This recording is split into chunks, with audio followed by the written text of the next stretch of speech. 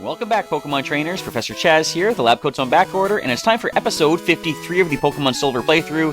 If you missed the last episode, what we did there was we encountered the Snorlax that was resting outside Diglett's cave near Vermilion City.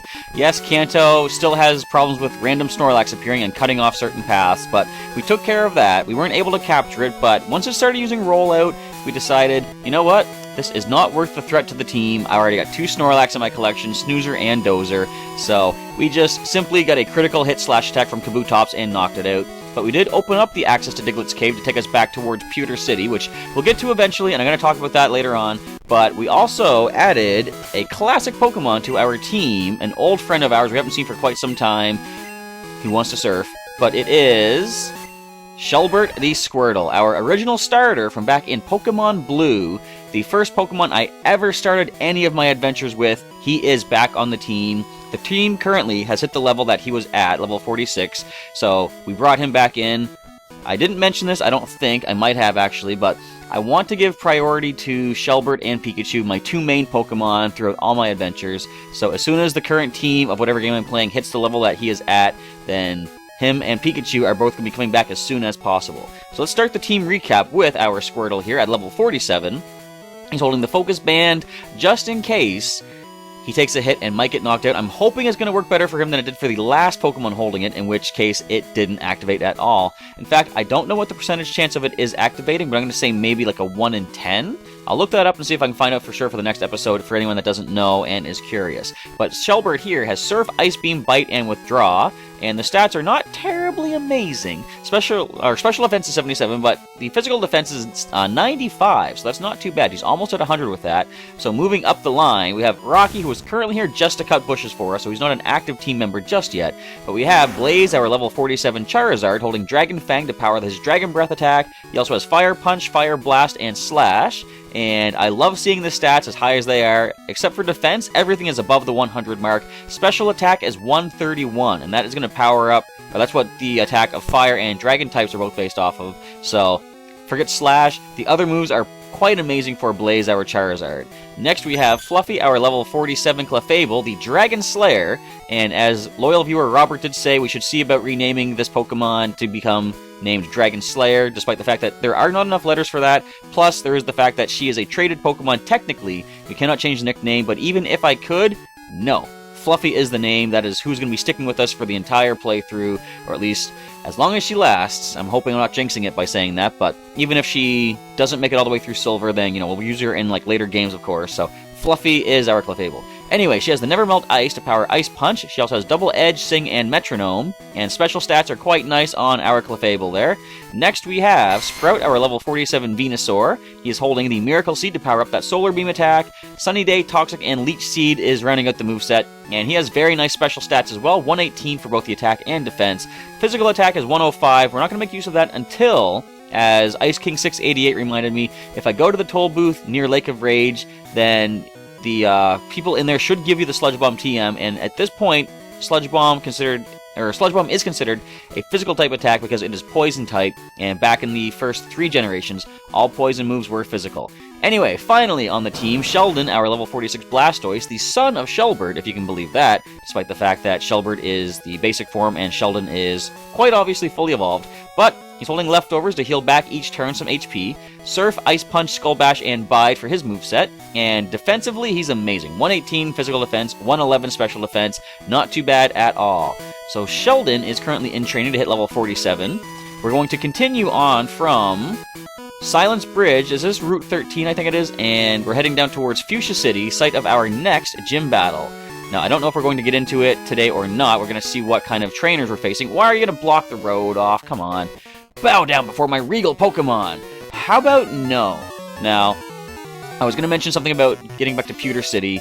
Once we do, well, we've gained access to Diglett's Cave, but once we do go through Diglett's Cave and get back towards Pewter City, at any point right now, we could take on Brock.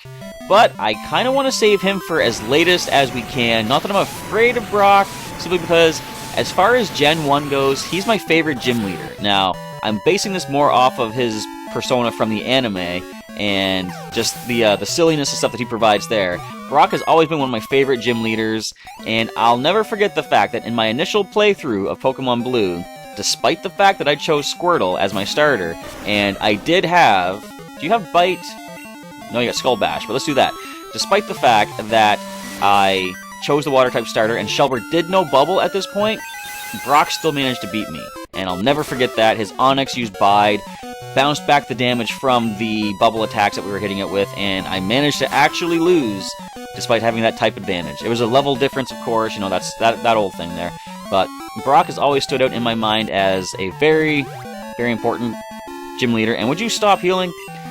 Even though that was the first time you've done it.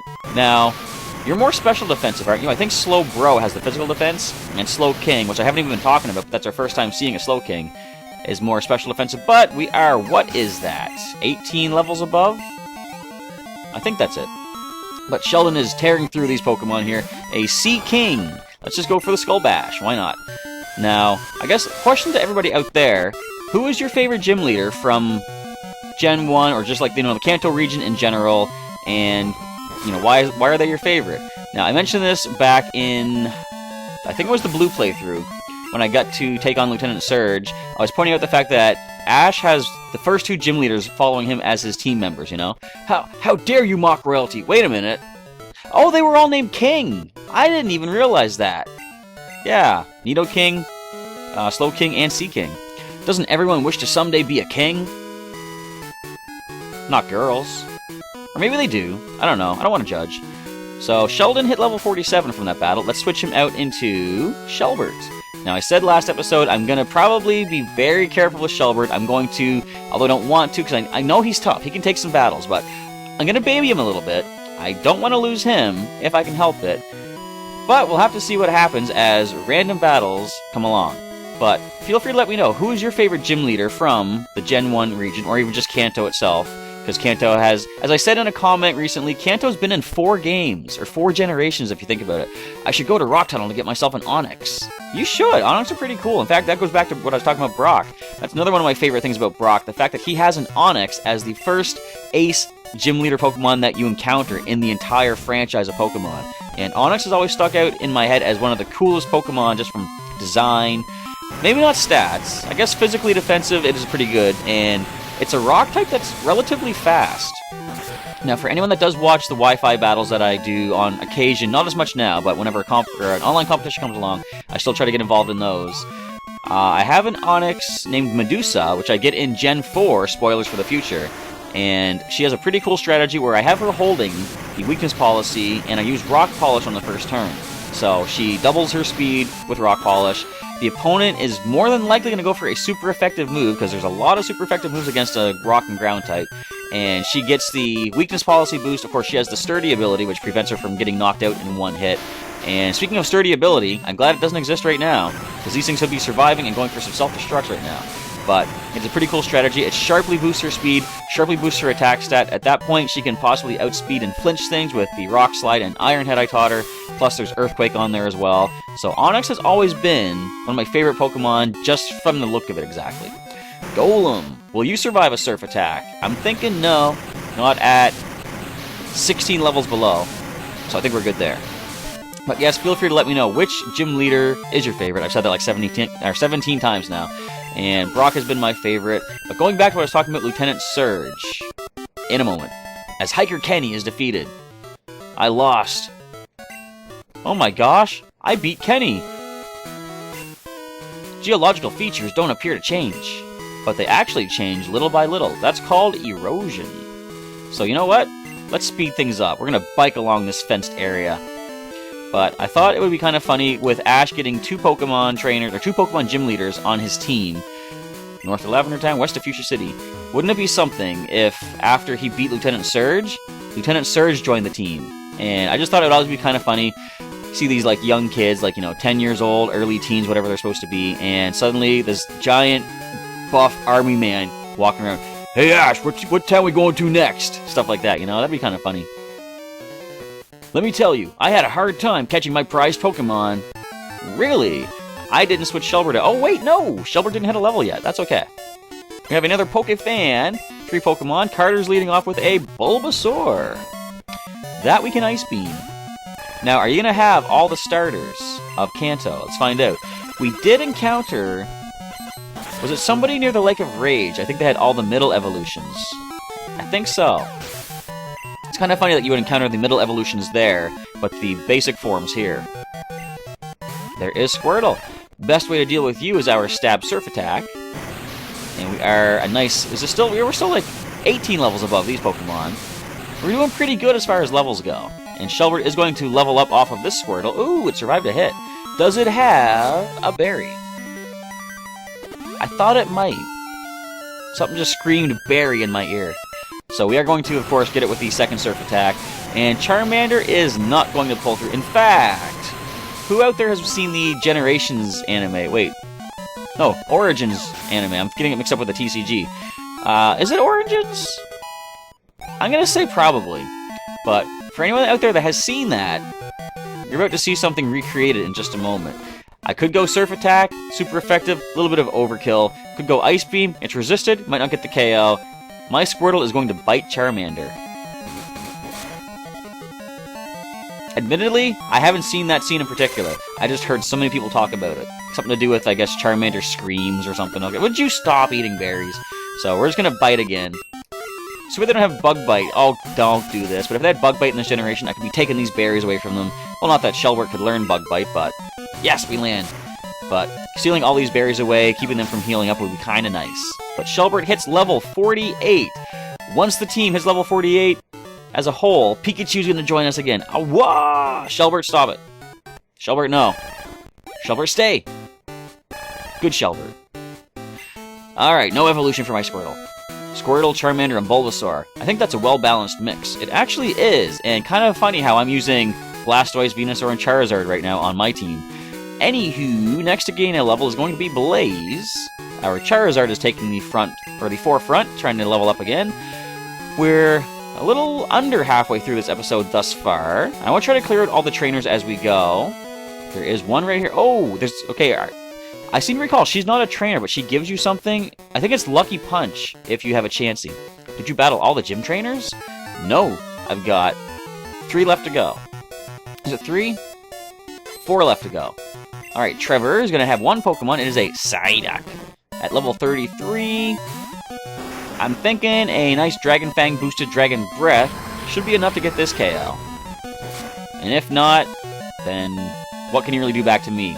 Down you go. Psyduck is finished. Alright, that's all you got, Trevor. Hand me some cash and be on my way. Oh, wow, too strong for me. If you have Kanto badges, they'll help you in linked battles. How? Does that... Would it boost your stats? Like, you know how some of the gym trainers or the gym leaders will say, the such and such badge boosts the speed of your Pokemon. I wonder if the Kanto badges do that in the link battles. Chansey's cute, but I don't have it. Do you have Chansey? Want to trade it for my Aerodactyl? That'd be an interesting trade. I don't have Chansey, plus I have my own Aerodactyl anyway. But it's weird. I didn't think about I thought about Lucky Punch, but isn't it interesting that this is some sort of other Chansey-related thing? Again, I said like 2 episodes back, certain things just stick out in your mind as memorable things in games, or maybe just not memorable things, just like trivial things, and they just come floating back to you. So, I don't know, somehow I just knew Chansey was some sort of related thing up here. But why would they even put that bush right here to the right? You know, you can just walk around. Maybe just to keep you guessing and not sure what's going to happen. I was going to say, how long can we walk around this guy before he notices me? My dream is to fly with my beloved bird Pokemon. Well, you can certainly do that once you get the HM. I could teach Fly to Blaze and fly around on him. In fact, how cool is it going to be when Sun and Moon come out in November and we can fly the Alola region on a Charizard? Are you guys looking forward to that? I kind of am. We still don't know exactly... Now, there's been some debate that all these Poke Ride options are going to be replacing HMs. You know? What do you guys think about HMs? You know, some people don't like them. They say a lot of them are kind of useless. Cut isn't super good. Strength is, it's decent power, but there's no special effect to it. And Surf is definitely one of the better ones. Fly isn't too bad either. But the other HMs, I'd admit, you know, they're not super useful in, say, competitive battle, but I kind of like them for the sense that it's not just you traveling through the region, it's your Pokemon leading you through the region. Birdkeeper Roy is defeated. I can dream, but I can't ever fly. You have Pokemon that know the HM move Fly, don't you? I envy you. But it's like, it becomes more of a journey of you and your Pokemon working together to get through the region, you know what I'm trying to say? And I kind of like that. Now, of course, as soon as you get through the region, you can unlock all the locations for, like, Fly locations. Especially if they include something like the... What is that? The Eon Flute, I think? Where you can get Latios to fly around. Another PP up! I gotta use those at some point. I have, like, is that 2 in the PC and 1 now in the pack? But, yeah, like, once you have all the Fly locations opened up, you don't really need the HMs anymore. You can just go to a move deleter and delete them off the team. But for the main story of an adventure, I kind of enjoy them as they are. We're on a field trip to Lavender Radio Tower for social studies. So, I've heard somebody mention this before, and I can't remember who it was. It might have been the King Nappy, another very popular YouTuber who does Pokemon content, and I've said this about other people. If you're not watching the King Nappy stuff, and you're watching my stuff, you should check out his stuff. He's got a lot more, and I'm going to say he's probably more knowledgeable than I am about the world of Pokemon as a whole. I will say, as a bit of a forefront warning here, he's not exactly PG. There is the occasional colorful language that he tends to use, which I myself am okay with people using, but me, of course, I don't use it myself. So just a heads up before you go check out that channel, just in case you're curious to go see it. But I think he mentioned that the move Cut, like, okay, so we all know about, or if we don't all know, I will mention that the move Freeze Dry is an Ice-type attack. Now, Water-type resists Ice-type, but Freeze Dry has a special effect in which it is super effective against Water-type Pokemon. Now, Cut would be interesting if, as the King Nappy, I think it was him who said it, if Cut was super effective against Grass-types, because you use Cut to cut down bushes and get through your adventures, right? You'd think that would have some sort of an effect on Grass-type Pokemon. In fact, something that's kind of came to mind right now, as we defeat Schoolboy Johnny, you're wickedly tough! No rest for the wicked. Or is it no rest for the weary? I don't know. I'm tired of walking. I need to take a break. Let's get into battle with this trainer here. I think she's the teacher. Have you forgotten anything? If I have, I can't remember. But anyway, it'd be interesting if not only did Cut have like a super effectiveness to grass types, what if Cut became Steel type? Because think of it like, you know, an axe or a sword cutting through something, right? And in that case, what if Steel type was super effective against grass? Because again, you use an axe to cut down a tree, you can use, like, you know, hedge clippers to trim your hedges. That'd be cool if they added that in. Now, although they have changed some Steel resistances as far as Gen 6 goes when that came in, it's been a long time that Steel has been not super effective on grass. It might be too late to change that, but then again, they have changed the Steel resistances to Ghost and Dark. Kia! Calm down, you're the teacher. Set an example for your students, please. Before I became a teacher, I used to forget a lot of things. Well, at least you remember that. In fact, I forgot to switch Blaze out of the active spot. Is he at level 40? Did he? 8? My favorite class is gym! That was one of my favorite classes too. Anyone out there ever go to gym class and instead of doing anything productive or athletic or healthy or what have you, they would just pull out that giant parachute thing, and you would all just sit under the parachute, and because of the, what would you call it, just like the wind resistance or the air resistance, you would just sit under there in this great big dome over your head, and you just kind of sat around. I remember that. I think that's about all I remember of gym class. No, you know what? Okay. Teacher was asking if I forgot anything. I remember many times in gym class being pelted by various sports equipment. Let me think. One time, somebody, like, we were playing a game where half of us were on one side as soccer goalies, and the other half were, like, just taking practice shots. And we had one student who was kind of a troublemaker. The principal had to come in and talk to him, and they were at the far end of the gym, and so I don't know what was going on, but of course the troublemaker was probably in trouble for trouble that he made, and he just kicked a soccer ball as hard as he could across the entire gym, and lo and behold, I was standing right in that spot that soccer ball decided to launch at, caught me right in the midsection, and down I went. And I've been hit with a basketball across the face, I've been hit with a badminton birdie when my partner behind me said that she had it, and then I thought, do you really have it? And I turned around and whack across the forehead. Gym class was fun, what I remember of it, which is basically just that, plus the parachute. Yes, Blaze hits 101 for defense. Look at the stats. Look at the stats. And we're done. Schoolboy Billy is defeated. Oh no, how could I lose? Well, I was using the Charizard, and you had Paris as your lead and final Pokemon. If Pokemon were a subject at school, I'd be the best! The best there ever was? Because Blaze would like to question that. So next up is going to be Sprout, who is currently paralyzed. Let's go ahead and cure that up with the last Purrs Cure Berry that we have in our pack. That will free up a space for... I was going to say, why do we have the King's Rock? Oh, right, because we don't have Kabutops on the team now. Should I give that to somebody? Nah, not yet. We're good with what we have. And Joey, the youngster. Excuse me. Chaz, good evening. It's me, Joey. Got a minute? Want a battle? It's not going to be a repeat of the last time we met. We'll be waiting around Route 30. See you later. Click. Nah, we're not heading back to Johto anytime soon, Joey. Wait a minute. Joey lives in Johto. Does that mean there's a guy here named Kenny? Actually, we fought Kenny. This means nothing. Route 15, Fuchsia City to Lavender Town. On sunny days, I think that the kids would rather be playing in the schoolyard than studying in class. That's probably true. Now, during the summer season, I've taken a bit of a hiatus to something that I do at a local youth center. I've mentioned in the videos before that I currently am on pause from doing something that I like to do called, it's a comic book series that I produce, which I will get to mentioning eventually on the channel as another kind of side content. But I would go to this youth center and demonstrate basically the basics of how to create comic book characters and write your own comic book stories and such. And I decided at one point, like, we basically went as far as we could with it for like the current sessions. And I thought, you know what, let's just take a break for the remainder of summer because I think the kids might rather be outside playing in, the playground or the schoolyard or whatever, rather than sitting in the classroom learning how to draw. Now, I'm sure a lot of kids out there would like to, probably do both, but I figured once things get more to the colder season, like, the fall time and winter time, I can probably get back to it then, because then they're going to want to have a reason to be sitting inside where it's warm. Teacher Hillary is defeated. I didn't want to lose. No one does.